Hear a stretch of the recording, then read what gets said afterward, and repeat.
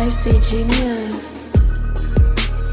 Друзья, всех приветствую! Сегодня в обзоре рассмотрим новые планарные наушники от компании KiwiEars стоимостью $169. И приходят они в довольно небольшой коробке с современным ярким оформлением. Здесь имеется изображение самих наушников, а здесь указано название этой модели Acer. Ну а здесь нам уже расписали все технические характеристики этих наушников. И за звук здесь отвечает новый большой планарный излучатель диаметром 15,3 мм. Чувствительность составляет 105 дБ, и они получили сопротивление 14 Ом. И так как это планарные наушники, то, конечно, безусловно, я должен вам сказать, что им нужен хороший источник, дабы раскрыть их максимальный потенциал. Просто учитывайте перед их покупкой, что они действительно требовательны. Ну а теперь давайте-ка лучше рассмотрим комплектацию этих наушников более подробно.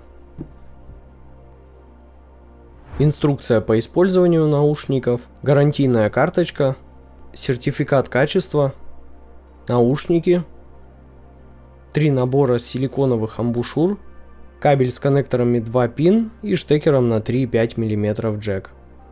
Ну и фирменный кожаный кейс для хранения наушников.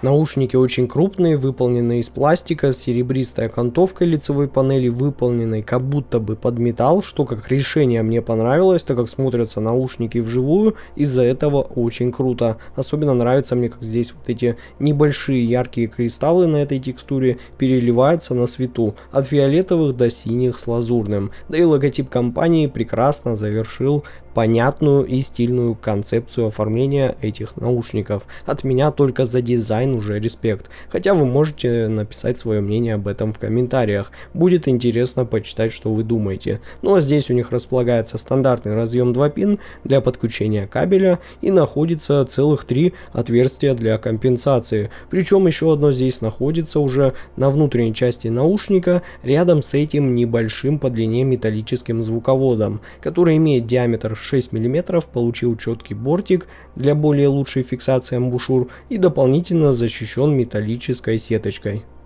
Ну и сидят в ушах эти наушники у меня довольно хорошо, хотя безусловно перед их покупкой нужно учитывать, что они реально крупные, и мне показалось, как будто было бы неплохо, если бы их звуковод был чуть подлиннее, для более глубокой посадки с более лучшей звукоизоляцией. В остальном мне все понравилось. Подобрав амбушюры, в ушах они у меня сидели хорошо, и слушать музыку я могу длительное время без каких-либо проблем. Единственное, что я думаю, что было бы круче, если бы кабель у них в комплекте был модульный. Все-таки 4,4 мм штекер, как говорится, никогда лишним не будет. Но приобрести планарные наушники KiwiEars Acer вы сможете прямо сейчас в официальном магазине компании Linsol на AliExpress, либо на их официальном сайте linsol.com. Все ссылки на покупку этих наушников, как всегда, будут в описании к этому обзору. Ну а теперь давайте поговорим о том, как звучат планарные наушники KiwiEars Acer, и вот так выглядит график частотной характеристики. Эти наушники имеют усиление низких частот на 8 дБ с плавным переходом к области нижней середины, а основной акцент в области верхней середины здесь приходится ровно на 2 кГц. Ну а далее следует пик на 8 кГц от измерительного микрофона. Ну и если вы обратите внимание, то высокие частоты здесь имеют продолжительность примерно до 15 кГц. Ну а после уже плавно затухает. Но тем не менее я вам скажу сразу, что это точно не темные по подаче наушники. И на мой слух высокие частоты в этих наушниках наоборот находятся на чуть более подчеркнутой стороне. Но все же эти наушники будут точно не такие яркие, как новые планарные наушники Tanzu Z-Tianwu Legend. У них высокие частоты были прям заметно так более островатые и дерзкие. А здесь их наоборот даже нам немного на самом краю прибрали, что дает нам более аккуратную и умеренную подачу высоких частот уже в сравнении с планарными наушниками Tanzu Z-Tianwu Legend. Ну а теперь, друзья, давайте-ка лучше разберем звучание этих наушников более подробно. Низкие частоты в KiwiEars Acer — это в первую очередь про очень чистый, детальный и текстурно богатый бас, но абсолютно точно без какого-либо массивного давления. Эти наушники не для басхедов, они не предлагают нам какого-то взрывного и суперубойного количества низких частот или чрезмерного сабасового гула. Вместо этого бас тут играет по планарному структурированно, с точной передачей нюансов и буквально отличной динамической вариативностью.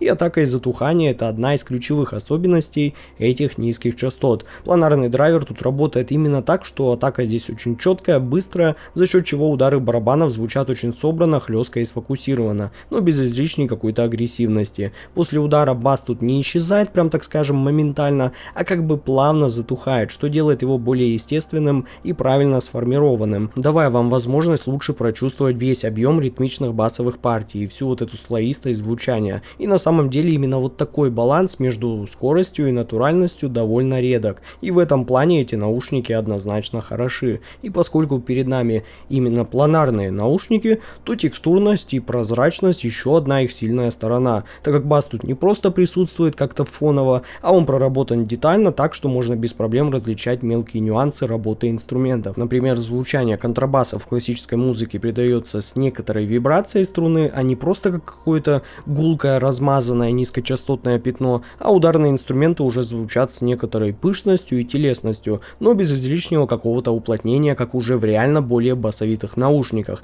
То есть вся басовая структура в этих наушниках остается очень прозрачной, воздушной и абсолютно никак не затрагивает и не перекрывает средние частоты и не создает эффект, так скажем, затенения других инструментов. Это особенно хорошо заметно при прослушивании более многослойных и насыщенных инструментами треков, где бас остается очень читаемым и собранным и не превращается на выходе в какую-то пустую, однородную и скомканную массу. Да и глубина баса, я считаю, что здесь тоже заслуживает как бы отдельного упоминания. Если в треке, например, в электронике или бумбэпе есть акцент на сабасе, то он проявляется реально с хорошей глубиной. Но отмечу, что излишне не выходит на передний план, как, например, в наушниках Kiwi Ears Punch. И это, друзья, именно тот случай, когда низкие частоты ощущаются не как какое-то безумно мощное давление или напор на вас, а как очень правильная и аккуратная поддержка и цельный фундамент звуковой картины. То есть сабас тут уходит достаточно низко, но не создает вот этого искусственного подчеркивания или чрезмерного выделения, так как он очень органично и точно вписывается в общую подачу, не вырываясь как-то в общем миксе.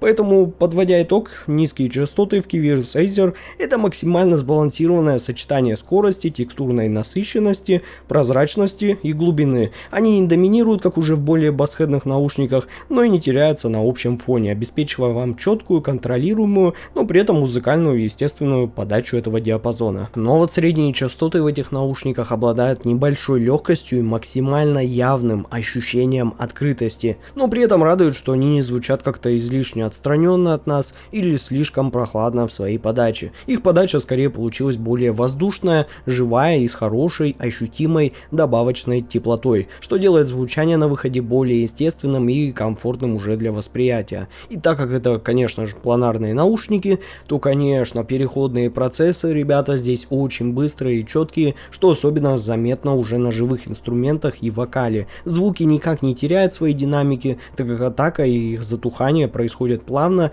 и очень подконтрольно, то есть без каких-то там вот этих резких скачков или смазанности в подаче. И это дает уже инструментам большую реалистичность, так как гитара звучит с более выделенной атакой струн, а ударные с очень естественной артикуляцией. Ну а фортепиано уже с очень четкой прорисовкой каждого удара молоточков. Но вот воздушность средних частот здесь уже подчеркивает их разделение в миксе и делает звучание по восприятию для нас чуть более легким. Но отмечу, что не упрощенным на различные мелкие нюансы, так как инструменты не сливаются друг с другом в одну кучу, как уже в реально более простых наушниках, а наоборот тут четко занимают свое пространство, оставаясь очень отчетливыми даже в очень насыщенных аранжировках. И это, друзья, особенно заметно при прослушивании акустических и оркестровых записей, где как раз таки можно легко расслышать какие-то фоновые нюансы, реверберацию, микродинамику и послезвучие тех же тарелок. Но вот небольшая нотка теплоты в подаче средних частот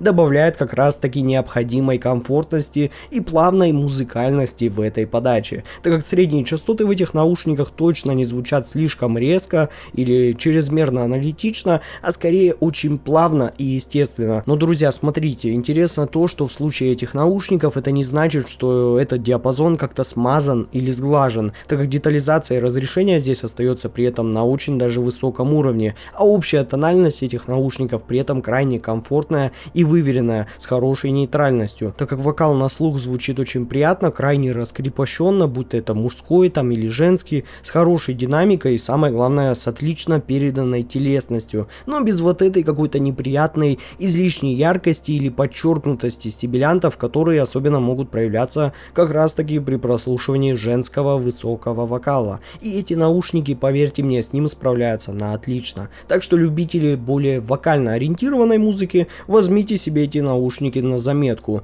Ну и подводя итог, средние частоты в KVR Seizer очень точно балансируют между заметной техничностью и плавно вписанной музыкальностью. Они быстрые, детальные, но при этом немного легкие и свободные, с приятной добавочной теплотой и отличной прорисовкой тембров и микронюансов. Но высокие частоты в KVR Seizer это уже практически настоящий эталон детальности и техничности с очень характерной для планарных излучателей точностью и прозрачностью. Они подаются с той самой планарной четкостью, с высокой скоростью и разборчивостью, без какого-либо там намека на рыхлость или размытость или какую-то аналоговую теплоту в подаче, так как детальность здесь, ребята, находится на реально хорошем уровне. Можно абсолютно без каких проблем уловить там какие-то мельчайшие нюансы в тарелках, струнах, так и услышать какие-то шорохи на фоне и даже дыхание вокалистов. И это, друзья, не просто подчеркнутые высокие частоты, а именно тонко, буквально на грани, точно проработанный диапазон, который передает вам все микродинамические изменения в звуке и при этом выдерживает хорошую комфортность своей подачи. Если в записи есть тонкие послезвучия, реверберация и едва какие-то слышимые обертона, они будут отлично прорисованы и без проблем услышаны вами. И вы, наверное, хотите узнать,